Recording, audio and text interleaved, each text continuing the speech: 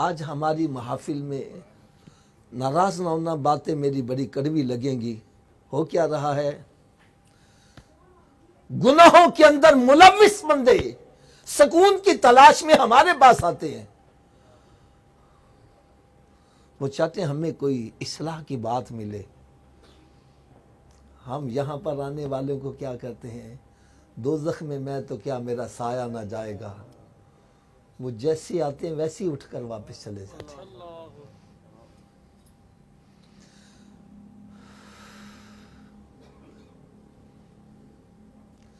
یار یہ تو ماشاءاللہ مفتی صاحب بھی موجود ہیں. یہ شاعر کا تخیل ہے نا. یہ شاعر کا تخیل ایک طرف ہے اور دوسری طرف میرے آقا صلی اللہ علیہ وسلم کا فرمان عالی شان ہے کہ ماں باپ کو ایذا پہنچانے والا جنت میں داخل نہیں ہوگا. قطع رحمی کرنے والا جنت میں نہیں جائے گا. یار یہ سرکار کے فرمان پر کون عمل کرے گا؟ بے نمازی کی قبر میں آگ بڑکائی جائے گی، یہ کون بیان کرے گا؟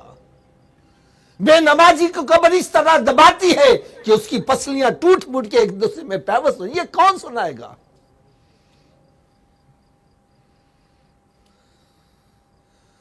قرآن کہتا ہے وَإِنَّهَا لَكَبِيرَةٌ إِلَّا عَلَى الْخَاشِعِينَ. نیک اعمال کرنا، گناہوں سے بچنا، حلال کھانا، حرام سے بچنا، کسی کے حقوق غصب نہ کرنا، یہ بڑے مشکل کام ہیں. لیکن جس کے دل میں خوف خدا آ جائے اس کے لیے سب کام آسان ہو جاتے ہیں. آج ہمارے دلوں سے خوف خدا نکال دیا گیا.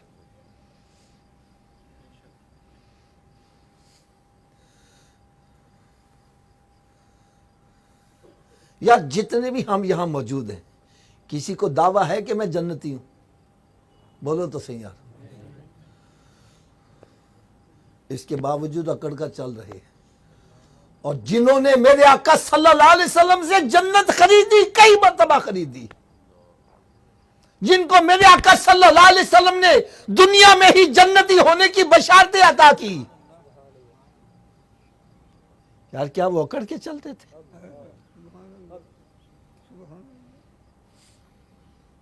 ان کے اندر خوف کا عالم کیا تھا؟ حضرت سیدنا عثمان غنی رضی اللہ تعالیٰ جو عشرہ مبشرہ میں بھی شامل ہے اور کئی مرتبہ سرکار صلی اللہ علیہ وسلم سے جنت خریدی، جو ذوالنورین بھی ہیں. پوری نسل انسانیت میں کسی امتی کو یہ شرف حاصل نہیں ہے جو ان کو حاصل ہے. لیکن حالت کیا ہے؟ کہیں تشریف لے جا رہے ہیں، کوئی گڑھا نظر آتا ہے، بے ہوش ہو کر گر جاتے ہیں. لوگ آ کر اٹھاتے ہیں، حضرت جی کی ہو گیا ہے؟ فرمایا اس گڑھے کو دیکھ کر مجھے قبر یاد آ گئی. اور آج ہم قبرستان میں کھڑے ہو کر سگریٹ پی رہے ہوتی ہے، گپے لگا رہے ہوتی ہے. قبرستان میں بھی جا کے ہمیں خوف نہیں آ رہا.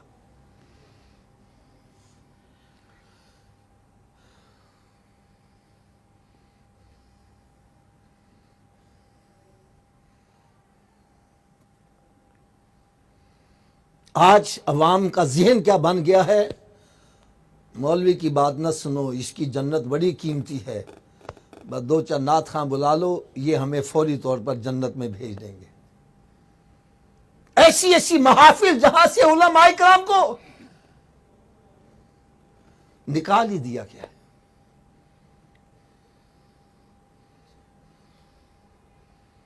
میں غلط کہتا ہوں بھائی میری جھولی میں ڈال دو. حافظ صاحب آپ غلط کہہ رہے ہیں.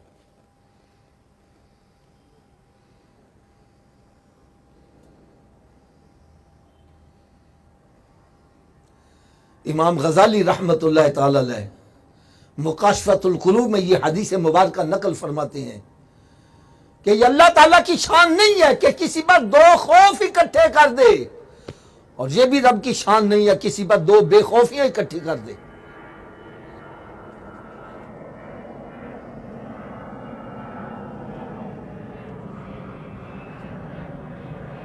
اس کا مطلب کیا ہے؟ علماء کرام فرماتے ہیں وہ بندہ جو دنیا میں رہتا ہے بے خوف رہتا ہے، نہ اللہ سے ڈرتا ہے، نہ اس کے رسول صلی اللہ علیہ وسلم سے ڈرتا ہے.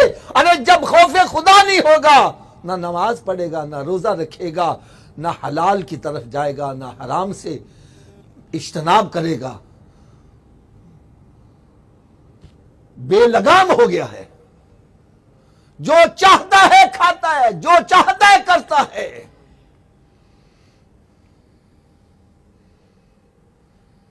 فرمایا جو دنیا میں بے خوف رہتا ہے، اب رب تعالیٰ اس کو آخرت میں بھی بے خوف ہی رکھے۔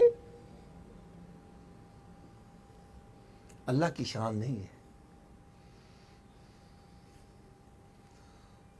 اور جو بندہ دنیا میں اللہ سے ڈرتا ہے، پھونک پھونک کے قدم اٹھا رہا ہے، ڈرتا ہے کسی کی دل آزاری نہ ہو جائے، اتنا ڈرتا ہے کہ لوگ میٹھی نیند سو رہے ہیں، یہ راتوں کو جاگ رہا ہے۔ والذین یبیتون لربہم سجدا وقیاما، یہ قرآن کی آیتیں کن کے لیے؟ ہمارے لیے نہیں ہے۔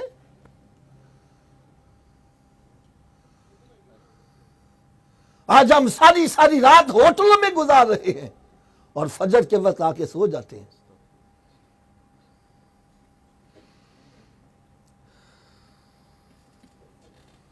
لوگ میٹھی نیند سو رہے تھے، یہ اللہ کی بارگاہ میں کبھی قیام کی حالت میں، کبھی سجدے کی حالت میں رو رہے ہیں۔ پتہ نہیں جو ہم نے نیکی کی ہے وہ قبول بھی ہے کہ نہیں ہے۔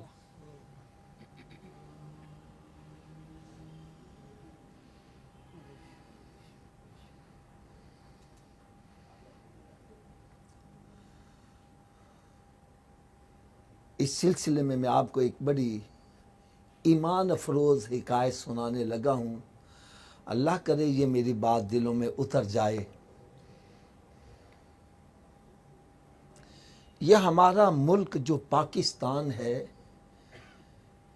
اس کے قانون میں ہے کہ الیکشن 5 سال کے بعد ہوں گے، یعنی یہاں پر انتقال اقتدار منتقل کرنے کا طریقہ کار یہ ہے کہ ووٹنگ ہوگی، جو جیت جائے گا اس کو حکومت کرنے کا موقع دیا جائے گا، 5 سال پھر گزرے، پھر ووٹنگ ہوگی، یہ کامیاب ہو جائے یہی کرے ورنہ دوسرا کرے، یہی ہے نا جی۔ لیکن فرماتے ہیں ایک ملک کا کچھ دستور ایسا تھا کہ انہوں نے ایک مجلس شورا بنائی ہوئی تھی، معززین کی ایک جماعت تھی، وہ جس کو چاہتے بادشاہ بنا دیتے، جس کو پکڑتے بادشاہ بنا دیتے، اور جس کو بادشاہ بنا دیتے تخت پہ بٹھا دیتے، پھر 5 سال تک اس کو کھلی چھٹی دے دیتے، جیسے مرضی حکومت کرے۔ لیکن جب 5 سال کا عرصہ ختم ہونے کو آتا، وہ اس بادشاہ کو پکڑتے اور جنگل بیابان میں چھوڑ آتے۔ اب اس کو شیر کھا جائے، چیتا کھا جائے، جنگلی درندے چیر پھاڑ کر جائے، اس کو دوبارہ بستی میں آنے کی اجازت نہیں ہوتی تھی، واپس آ کر پھر نیا بادشاہ بنا لیتے۔ ہوتا کیا، جو بھی تخت پر بیٹھتا 5 سال تک خوب رنگ رلیاں، رقص و سرور کی محفلیں سج رہی ہیں، شراب کے جام چل رہے ہیں، عیاشی فحاشی ہو رہی ہے، ڈانس ہو رہے ہیں، اور لطیفے سنائے جا رہے ہیں، کہکے لگائے جا رہے ہیں۔ 5 سال تک وہ خوب موج میلہ کرتا، لیکن جب 5 سال کا عرصہ ختم ہونے کو آتا تو اس کے چہرے کی رنگت اڑنا شروع ہو جاتی۔ اب یہ روئے، چلائے، کسی کے پاؤں پکڑے، منتیں کرے، کوئی اس کے اوپر ترس نہیں کھاتا تھا، اس کو اٹھا کر جنگل بیابان میں چھوڑ کے واپس آ جاتے، پھر نیا بادشاہ بنا لیتے۔ یہ سلسلہ چلتا رہا۔ ایک بادشاہ عقل مند بھی آ گیا۔ کون آ گیا؟ مجھے بولو ذرا۔ عقل مند اس کو کیوں کہا؟ جب وہ تخت پر بیٹھا تو اس نے عیش و عشرت نہیں کی، شراب کے جام نہیں رقص کروائے، رقص و سرور کی محفلیں منعقد نہیں کی، بلکہ تخت پر بیٹھتے ہی اس نے کیا کیا؟ 5 سال کے بعد جہاں انہوں نے اس کو چھوڑ کے آنا تھا، اسے وہاں بہترین ایک محل بنا لیا اور اس شہر سے بہتر وہاں شہر آباد کر لیا. نہ اس نے دن کا چین دیکھا، نہ رات کی نیند دیکھی، اور نہ کوئی جناب کھانے پینے کا توجہ دی، بس شب و روز لگا ہی رہا. 5 سال کے بعد اس شہر سے وہ بہترین شہر وہاں بنانے میں جب کامیاب ہو گیا، تو اس کے جب 5 سال پورے ہوئے، اس کے چہرے کی رنگت اڑی نہیں، چہرے پہ نور آ گیا ہے، سکون آ گیا ہے. اس کو پتہ ہے اب یہ مجھے جہاں چھوڑنے جا رہے ہیں وہاں مجھے اتارنے والا کوئی نہیں ہوگا. بزرگ فرماتے ہیں بندے تجھے بھی رب تعالیٰ نے کچھ عرصے کے لیے یہاں بھیجا ہے. اگر تو نے اپنی زندگی عیش و عشرت میں گزار دی، عیاشی فحاشی میں گزار دی، بے حیائی کے اندر گزار دی، بدکاری میں، شراب پینے، جوا کھیلنے میں، گیمیں کھیلنے میں،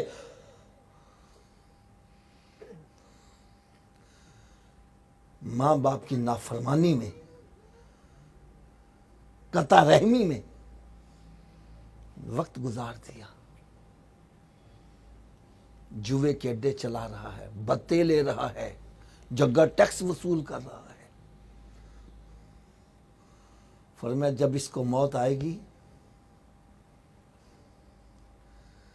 اس کے گھر والے، چاہنے والے اس پر ترس کھائیں گے؟ بولو تو صحیح. اس کو اٹھا کر قبر میں پھینک کر آ جائیں گے. اب قبر میں اس پر سانپ مسلط کر دیے جائے، اس میں آگ بھڑکا دی جائے، اس کو قبر دبائے، اس کو دوبارہ پلٹ کر واپس بستی میں آنے کی اجازت ہے؟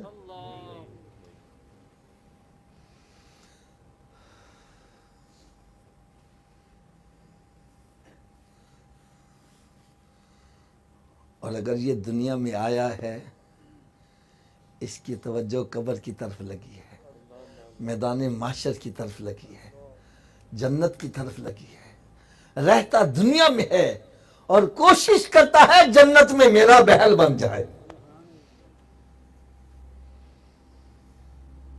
وہ کسی کی دل آزاری نہیں کر رہا، کسی کا دل نہیں دکھا رہا، وہ مخلوق خدا پر رحم کر رہا ہے، وہ نماز کی پابندی کر رہا ہے، وہ روزے رکھ رہا ہے، وہ زکوٰۃ دے رہا ہے، وہ حج کر رہا ہے، وہ پڑوسیوں کے حقوق کا خیال رکھتا ہے، وہ حرام کے قریب نہیں جاتا، وہ حلال کی جستجو میں لگا ہوا ہے. اور میں ایسا بندہ جب اس کو موت آتی ہے تو اس کے چہرے کی رنگت اڑتی نہیں ہے، چہرہ کھلا ہوا نظر آتا ہے. یار آپ حضرات اس بات کی گواہی دو گے، آپ بھی اسی معاشرے کے فرد ہو. میں کوئی ایسے بندوں سے گفتگو نہیں کر رہا جو اس معاشرے سے باہر آئے ہیں. یار کئی ایسے مرنے والے چہرہ دیکھ کے پتہ چلتا ہے یہ مرا ہوا نہیں، یہ تو سویا ہوا لگ رہا، یہ بھی اٹھ کر بیٹھ جائے گا. یار اس کا چہرہ مسکراتا نظر آ رہا ہے. ارے کیوں نہ مسکرائے، اس کو پتا ہے جہاں مجھے یہ لے کے جا رہے ہیں وہ قبر تو میرا انتظار کر رہی ہوگی، وہ قبر تو جنت کے باغوں میں باغ بنی ہوگی، قبر میں مجھے سونے آقا صلی اللہ علیہ وسلم کا دیدار نصیب ہوگا.